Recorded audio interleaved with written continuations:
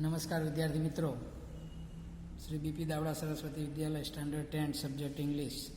The topic is reported speech.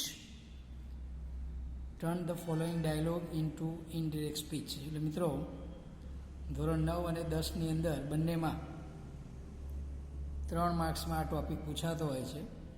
બે વ્યક્તિઓની વાતચીત, ડિરેક્ટ સ્પીચ એને આપણે પ્રત્યક્ષ કથન અને ઇનડિરેક્ટ સ્પીચ એને પરોક્ષ કથન કહીએ છીએ. એટલે બે વ્યક્તિ વચ્ચેની વાતચીત ત્રીજી વ્યક્તિ કઈ રીતે રજૂ કરે એ આપણે અહીંયા શીખવાનું છે. આ ટોપિક જે છે એનું નામ છે રિપોર્ટેડ સ્પીચ અને બીજું છે ડિરેક્ટ એન્ડ ઇનડિરેક્ટ સ્પીચ. તો અહીંયા જે પેરેગ્રાફ આપેલો છે એને આપણે આ જે પેરેગ્રાફ છે એ ડિરેક્ટ સ્પીચનો પેરેગ્રાફ છે અને ઇનડાયરેક્ટ સ્પીચમાં ફેરવવાનો છે. પહેલું જે વાક્ય છે સેન્ટેન્સ મિત્રો ઓળખવું ખાસ અગત્યનું છે. Mahek said, what do you say about my result? Kartik, I can say nothing but excellent. Mahek, thank you dear. તો આ જે સેન્ટેન્સ છે એમાં વાક્યની શરૂઆત જે છે એ બોલનાર વ્યક્તિ મહે, જેને આપણે સ્પીકર બોલનાર કહીએ છીએ. અહીંયા પહેલું જે વાક્ય છે પ્રશ્નાર્થ વાક્ય છે. તો મહેક આસ્કડ, આ વાક્યનું રિપોર્ટિંગ વર્બ. મહેક આસ્કડ કાર્તિક. અહીંયા જે પ્રશ્નાર્થ વાક્ય આપેલું છે મિત્રો WH ક્વેશ્ચન. હવે પ્રશ્નાર્થ વાક્યના જે બે પ્રકાર છે, એક સહાયકારક ક્રિયાપદથી શરૂ થતું અને WH. એટલે જો WHથી શરૂઆત થઈ હોય તો કંજક્શન તરીકે એનો એ શબ્દ મુકાય છે વોટ, બરાબર. અને જો સહાયકારક ક્રિયાપદથી પ્રશ્નાર્થ વાક્યની શરૂઆત થઈ હોય તો આપણે ઇફ મૂકવું પડે. તો મહેક આસ્ક્ડ કાર્તિક વોટ. હવે અહીંયા યુ જે છે સબ્જેક્ટ તરીકે આપેલો છે, બરાબર. કોના માટે વપરાયો છે? કાર્તિક માટે. તો વોટ હી. હવે આ જે વાક્ય છે એમાં બીજો જે ચેન્જ કરવાનો છે, સાદા વર્તમાનકાળનું વાક્ય છે એ સાદા ભૂતકાળમાં ફેરવાય છે. What he said about. હવે માય, અહીંયા મહેક જે છે એના માટે વપરાયું છે, એની સંબંધક વિભક્તિ તરીકે અહીંયા માય આપેલું છે. તો માયનું થશે અહીંયા મિત્રો હીઝ. About his result. હવે બીજું જે વાક્ય છે મિત્રો એ એસર્ટિવ વિધાન વાક્ય છે, ધ્યાન રાખજો. તો એનો જે છે પ્રશ્નાર્થ વાક્યનો જવાબ અહીંયા બોલનાર જે છે કાર્તિક સામે અહીંયા રિપ્લાઇડ. પ્રશ્નાર્થ વાક્યનો જવાબ છે હંમેશા રિપ્લાઇડથી અપાય છે. કાર્તિક રિપ્લાઇડ મહેક, અથવા તમે હિમ પણ લખી શકો. કાર્તિક રિપ્લાઇડ હિમ. હવે સાદું વાક્ય છે એનું સંયોજક એ ધેટ મુકાય છે. વિધાન વાક્યનું સંયોજક that. Kartik replied him that. હવે આઈ જે છે એ અહીંયા કાર્તિક માટે વપરાયું છે. તો સબ્જેક્ટ તરીકે હી, કેનનું અહીંયા કુડ. આ ધ્યાન રાખજો. અહીંયા વિલ અને સેલ આપ્યું હોય તો એનું વુડ થાય, કેનનું કુડ થાય અને મેનું માઇટ થાય. તો he could say nothing but excellent.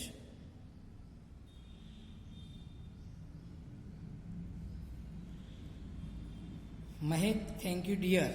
અહીંયા ધ્યાન રાખજો, આ શુભેચ્છા સૂચવતો શબ્દ છે. એટલે હંમેશા જો થેન્ક યુ આપ્યું હોય તો એનું થેન્કડ થાય. કોંગ્રેચ્યુલેશન હોય તો કોંગ્રેચ્યુલેટેડ.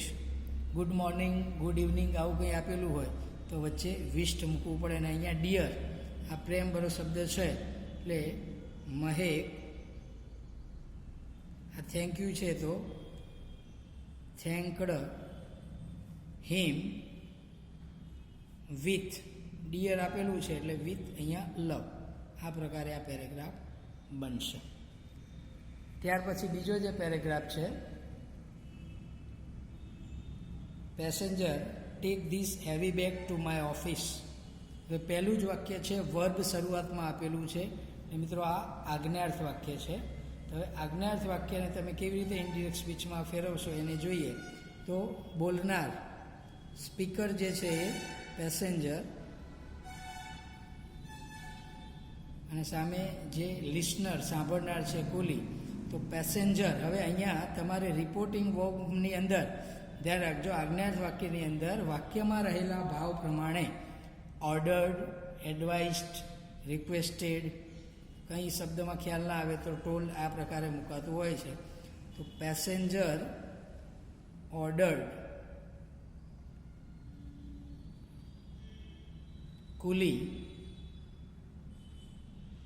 હવે અહીંયા વાક્ય જે છે એમાં ધ્યાન રાખજો, આજ્ઞાર્થ વાક્યની અંદર જો હકાર હોય તો આ ક્રિયાપદની આગળ ટુ મૂકવાનું અને નકાર હોય તો નોટ ટુ.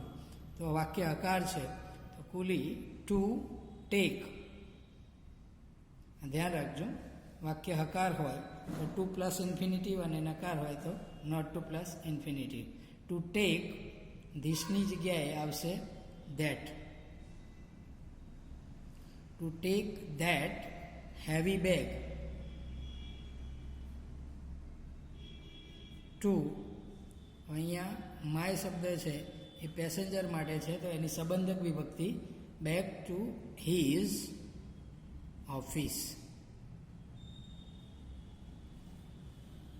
હવે બીજું જે વાક્ય છે સર ઇટ વિલ કોસ્ટ મોર. બોલનાર વ્યક્તિ છે કુલી, તો જવાબ છે એ માનવાચક શબ્દ તરીકે અહીંયા સર આપ્યું છે. હવે જો અહીંયા વાક્યમાં સર કે મેડમ આપ્યું હોય તો મિત્રો તમે આ રીતે લખી શકો, કુલી replied him with respect. બરાબર, આ સર કે મેડમ આપ્યું હોય તો replied him with respect. And હવે આ જે વાક્ય છે એ વિધાન વાક્ય છે, એસર્ટિવ સેન્ટેન્સ છે. એન્ડ તમારે અહીંયા મૂકવું પડશે રિપોર્ટિંગ વર્બ તરીકે told. Quli replied him with respect and told હિમ. સાદું વાક્ય હોય, એસર્ટિવ સેન્ટેન્સ હોય એટલે તમારે સંયોજક તરીકે મુકાય that. Told him that it will. અહીંયા વિલ આપેલું છે તો વિલ છે એનું થશે વુડ. ઇટ વુડ કોસ્ટ મોર. ત્યાર પછી passenger don't worry I will pay 100 rupees for it. તો અહીંયા મિત્રો બે વાક્ય આપ્યા છે, ધ્યાન રાખજો. પહેલું જે વાક્ય છે આજ્ઞાર્થ વાક્ય. હવે આજ્ઞાર્થ વાક્યની અંદર મેં હમણાં જે કહ્યું એ પ્રમાણે તમારે ઓર્ડર્ડ, એડવાઇસ્ડ, સજેસ્ટેડ, રિક્વેસ્ટેડ આવા શબ્દો મુકાતા હોય છે, પણ કંઈ ખ્યાલ ના આવે તો તમે ટોલ્ડ પણ અહીંયા મૂકી શકો. પેસેન્જર ટોલ્ડ હિમ. અહીંયા હવે નકાર વાક્ય આપ્યું છે તો નકાર વાક્યની અંદર મેં હમણાં કહ્યું હકાર હોય તો ટુ પ્લસ ઇન્ફિનિટિવ અને નકાર હોય તો નોટ ટુ વરી. હવે અહીંયા ટોલ્ડ મૂકી દીધું છે અને બીજું વાક્ય જે છે એ એસર્ટિવ સાદું વાક્ય છે તો તમે અહીંયા મૂકી શકો to worry. And added that. હવે ધેટ કેમ મૂક્યું તો મિત્રો આ એસર્ટિવ સેન્ટેન્સ છે. હવે અહીંયા I will pay 100 rupees for it તો આઈની જગ્યાએ આવશે હી. વિલનું થશે would. He would pay 100 rupees for it. ચલો ત્યાર પછી thank you sir, how kind you are. બરાબર, તો આની અંદર ધ્યાન રાખજો, અહીંયા સર આપ્યું છે અને થેન્ક યુ. અગાઉ પણ આપણે જોયું છે કે થેન્ક યુ આપ્યું હોય તો થેન્કડ. તો અહીંયા કુલી થેન્કડ હિમ વિથ, સર કે મેડમ આપ્યું હોય તો વિથ રિસ્પેક્ટ. એન્ડ પછીનું જે વાક્ય છે મિત્રો હાઉ કાઇન્ડ યુ આર. અહીંયા આ ઉદ્ગાર વાક્ય છે.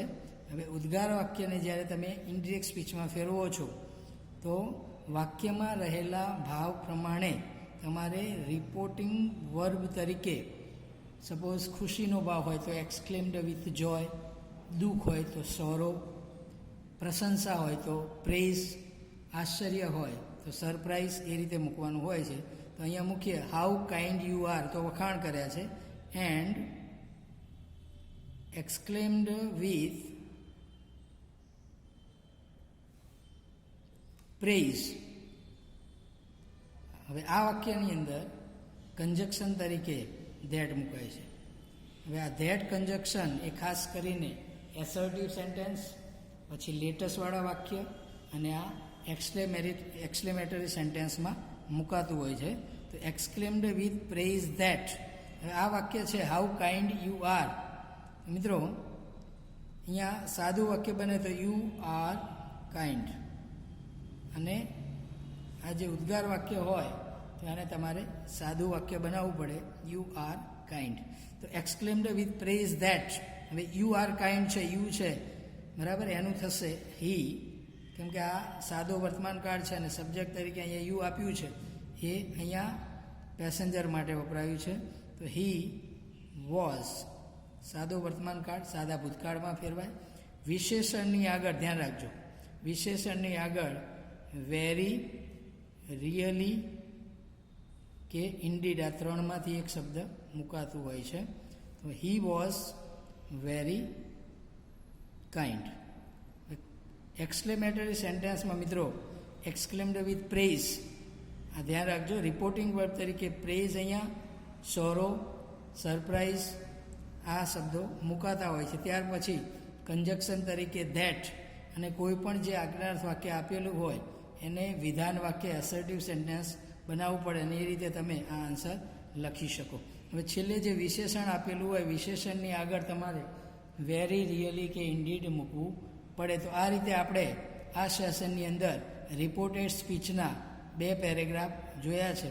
આવતા સેશનની અંદર એક નવા પેરેગ્રાફ સાથે ઉપસ્થિત થઈશું. Thank you.